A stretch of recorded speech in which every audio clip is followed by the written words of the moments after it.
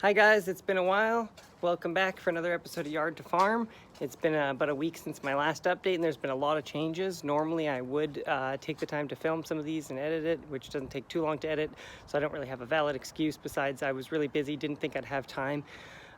So a lot of this stuff hasn't been filmed, but here's an update. So the backyard's come a long way. I'll do a little breakdown of the planting that is currently in here, but there's been some changes, put a bed in. There's actually vegetation in the garden now, and I got some plants up the side of the house. So let's begin the tour. This little guy is a goji berry bush, and he's gonna get really big, probably 4 feet of growth on all sides. It kind of has like a weeping willow effect, and every single one of these branches gets laden with berries. The berries are considered a superfruit, and they're really nutritious, and I've heard amazing things about them being super delicious. However, I've never seen them for sale where I am, and my understanding was you couldn't actually grow these in a 3A climate, but apparently you can. So I'm probably gonna wrap it over the winter, but I'm gonna try and baby this and really take care of this and hope for the best with this. Beside the goji, we've got a few raspberry bushes. The exact types I don't recall. However, I did make sure to get different types, as if you get different types of berries of the same kind or the same family, you'll get a higher yield, apparently 30 to 50% if they cross-pollinate each other with the different strains. So this is some type of red raspberry. This is a golden raspberry. This is a different type of red raspberry. This is a golden raspberry, possibly the same as that one, but I really wanted more golden raspberries. It's another thing that I haven't seen for sale before here, but I know they exist and can grow here. I've never even seen one of the plants before, but they sold them last year. I remember seeing them, so people obviously have been growing them. This is a blackberry bush. It's going to get really tall, and I'm gonna need to actually probably put something up behind it to let those stalks grow. There's a lot of maintenance involved with these plants actually to get high yields and stuff, so there'll probably be lots of coverage on growing these particular plants and whether I succeed or not going forward in the future. And hey Suki, Suki, how are you? She's gonna just follow and chill. We've got 2 Saskatoon bushes, and actually I think these get pretty tall too. They're gonna get past my window, or at least up to the window length. I'm thinking of actually moving them a foot forward a bit just to give them a bit more space to grow, but not 100% sure yet.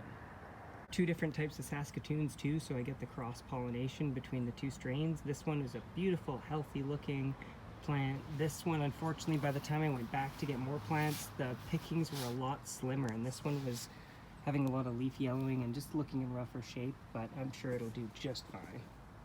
Okay, so now a tour for the actual garden itself. I've been pretty good, I think, about keeping the weeds down, but my carrot seeds either didn't germinate or they're just still taking their time. I have heard that if you let the seeds dry out at all during germination, they're toast, and that could have happened to me. I also read you should put a board down or some sort of sheet to keep them wet, and I didn't do that. I do have a little bit of growth here, but I'm pretty sure most of that is just weeds, especially that, but I'm just gonna be a little careful picking stuff in here until I can recognize the seedling.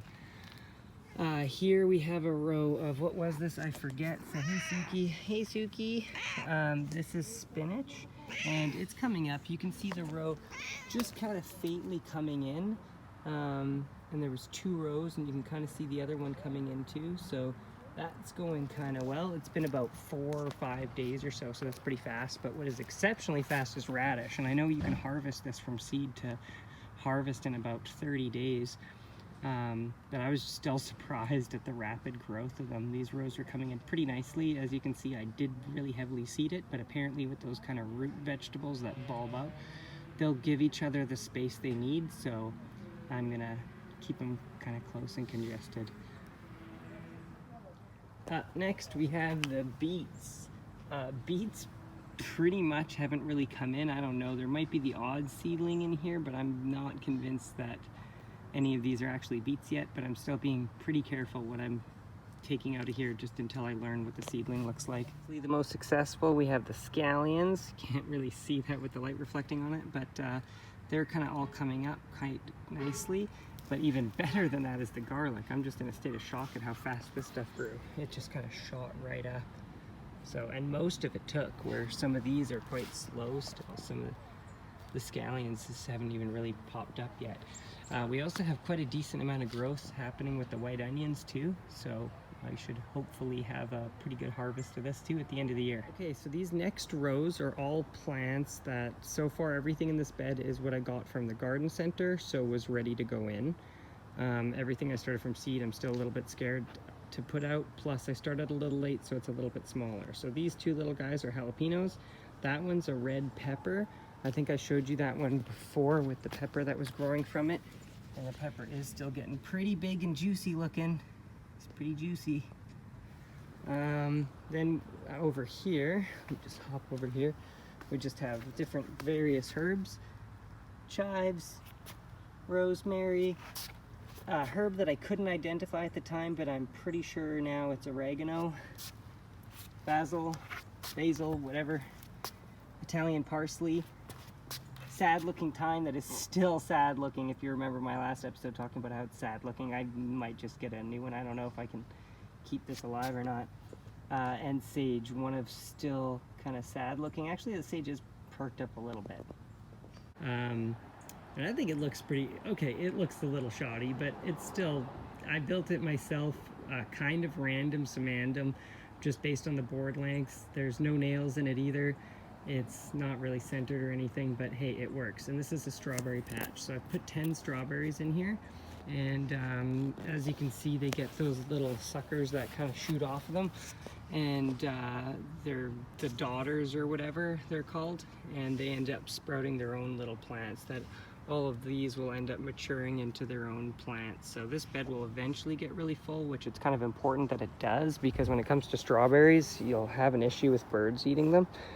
And it's really common here. So if you have a lot of foliage and a lot of cover, it makes it a little bit harder for the birds to see the berries, and they won't come after it as much. Although there is other methods you can do too. I've seen people paint rocks that look like strawberries and put those kind of out at the edges so the birds get baited.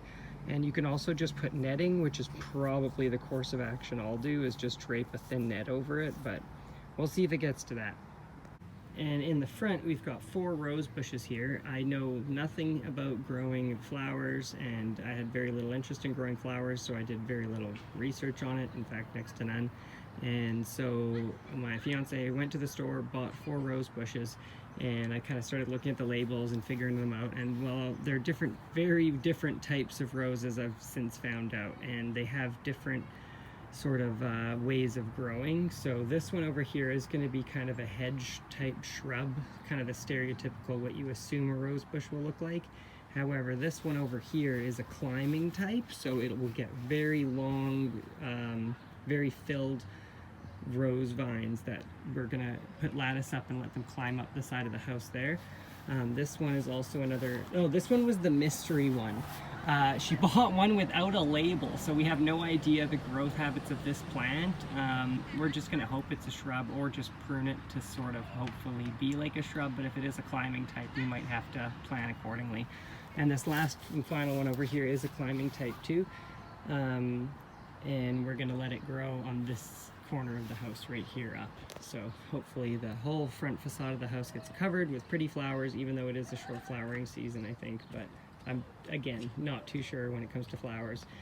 This one's pink, this one is of unknown color, this one is like a reddy kind of a color, and this one's a very light pink. So there's slightly different shades of pink, basically, besides the unknown one, which I guess we'll find out eventually what color it is. Okay, so I'm running into my first issue here with actually growing outdoors. So I started looking at my plants and I realized they don't look nearly as good as when I put them in. They've got this yellowy kind of film happening on them, and I noticed that besides the bird that pooped on one, there's little holes. There's a hole in that, and there's a hole in here. So, and all this yellowing, so it caused me to like want to look at it a little bit further. And now I realize I've got these bugs underneath. Let's see if that'll focus. See those bugs? Tons of them. And so I've looked them up, and they're a milkwood aphid. And so obviously they're eating away at the plant, and I can't really have this. Now, the recommended by most gardeners and farmers is to use neem oil. It's extremely effective. It's apparently it's really safe to use too on food, but unfortunately at the store that's closest to me, I do not have neem oil there, or well, they don't have it there, so I had to get this, which apparently is eco-friendly, but it's probably just some chems. So I'm gonna use this for now, but I'm really gonna be looking at getting some neem oil in the future. So I'm just gonna spray these plants down, get the leaves wet, make sure to get the undersides of them too, and I'm gonna just treat all these plants and I'll be back. Just admiring this plant here. This is a red hot pepper plant here, and you can kind of see all stages of flowering. This flower right here is ready to kind of give off pollen. You can even kind of, well, I guess it's hard to tell from the camera, but you can see the pollen in there. Then you've got kind of closed buds that still haven't quite opened yet, and then you've got ones in the first stages of peppering, like that one you see right in the center, like this one right here. And then you have pregnant flower, and here you have the pregnant flower just about to drop the flower, starting to turn into a pepper. And then you have big juicy pepper. Alright, so I'm pretty much done for today. Just watered the seedlings. Most of the stuff didn't need watering as we've had rain yesterday, so just the seed beds were a little dry, so I gave them a little bit. Other than that, you guys will see me again in a couple days for another update. Until next time, see ya!